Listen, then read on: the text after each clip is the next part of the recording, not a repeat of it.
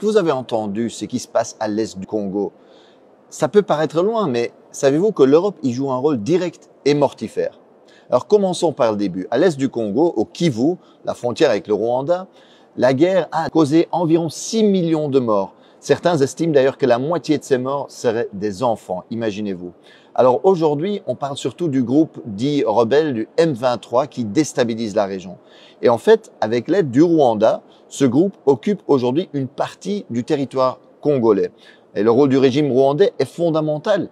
Les Nations Unies ont constaté que le Rwanda ne livre pas seulement des armes ou de l'argent, mais a même des soldats sur place. Le secrétaire général des Nations Unies, Antonio Guterres, a d'ailleurs appelé le régime rwandais de Kagame à cesser de soutenir le M23 et à se retirer du territoire de la République démocratique du Congo.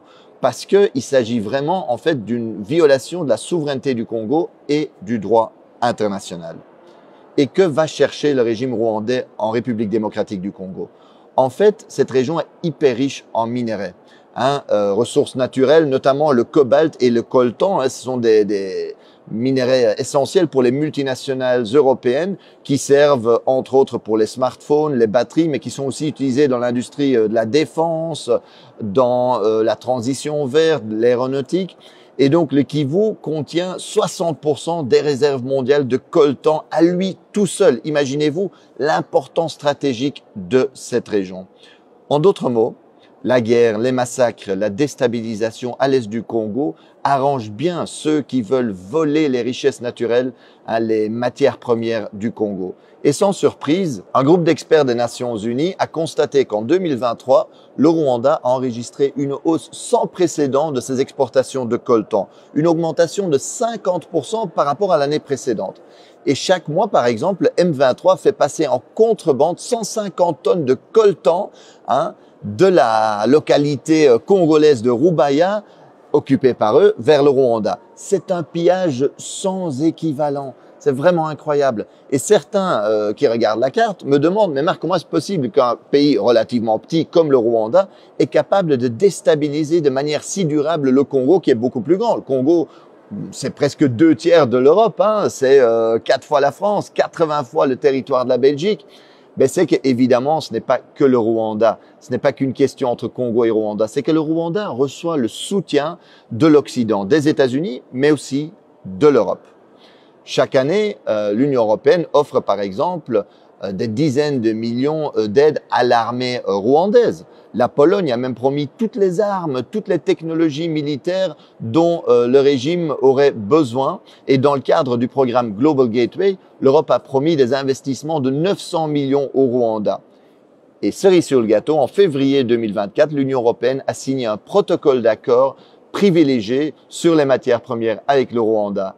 Et cela tandis que nous savons que le Rwanda va voler des matières premières au Congo. La Commission européenne, en fait, a été signé cet accord et a encouragé le Rwanda à piller, à intensifier le pillage des richesses congolaises. Regardez bien la chronologie. En fait, en février 2024, la Commission européenne va signer cet accord sur les matières premières avec le Rwanda. Et à peine 2 mois plus tard, en avril 2024, le M23 occupe la localité de Rubaya, qui représente 15% de la production mondiale de coltan, minerai stratégique. Chaque mois, aujourd'hui, 150 tonnes de coltan passent de là-bas vers le Rwanda, dans les mains, sans doute, de multinationales. Le vol et le pillage, c'est ça l'impérialisme concrètement aujourd'hui. Et d'ailleurs, il y en a qui rêvent d'occuper durablement l'est du Congo en coupant le Congo en petits bouts. C'est ce qu'on appelle communément la balkanisation pour mieux voler les richesses et les ressources du Congo au profit des multinationales occidentales. Dans le Financial Times, l'expert Jason Stearns est clair. Cette guerre pourrait se terminer relativement rapidement. Il rappelle qu'en 2012, en fait, le M23 avait été battu. Et ce n'était pas seulement à cause de l'action de l'armée congolaise et de ses alliés du Sud qui avaient battu militairement le M23. C'est aussi parce que les soutiens internationaux du régime rwandais avaient suspendu son financement. Et que donc, eux, ils avaient dit, voilà, à cause du rôle que vous jouez au Congo, ben on va plus vous financer. Barack Obama avait appelé Kagame pour lui dire d'arrêter le M23. En d'autres mots, si l'Occident aujourd'hui ne sponsorisait pas cette guerre, elle pourrait prendre fin très rapidement. Et on aurait pu éviter déjà beaucoup de ces morts, beaucoup de ces victimes innocentes aujourd'hui en Congo. L'impérialisme aujourd'hui, le vrai visage de la politique étrangère et commerciale européenne en Afrique, c'est ça. Et quand la Russie envahit l'Ukraine, l'Union européenne parle du droit international, à juste titre. Mais quand son allié rwandais viole la souveraineté congolaise, commet des massacres, elle soutient. Comme quand Israël occupe la Palestine, le Liban, la Syrie, l'Union européenne se range du côté de l'agresseur. Alors aujourd'hui, faisons pression sur les dirigeants européens parce que ce n'est pas acceptable que l'Europe joue ce rôle-là. Alors il est possible aujourd'hui de faire pression, c'est nécessaire pour que l'Europe arrête sa complicité avec les crimes sur place. Alors envoyons un message à Ursula von der Leyen, présidente de la Commission européenne, ou à la ministre des Affaires étrangères de l'Union européenne, Kaja Kallas.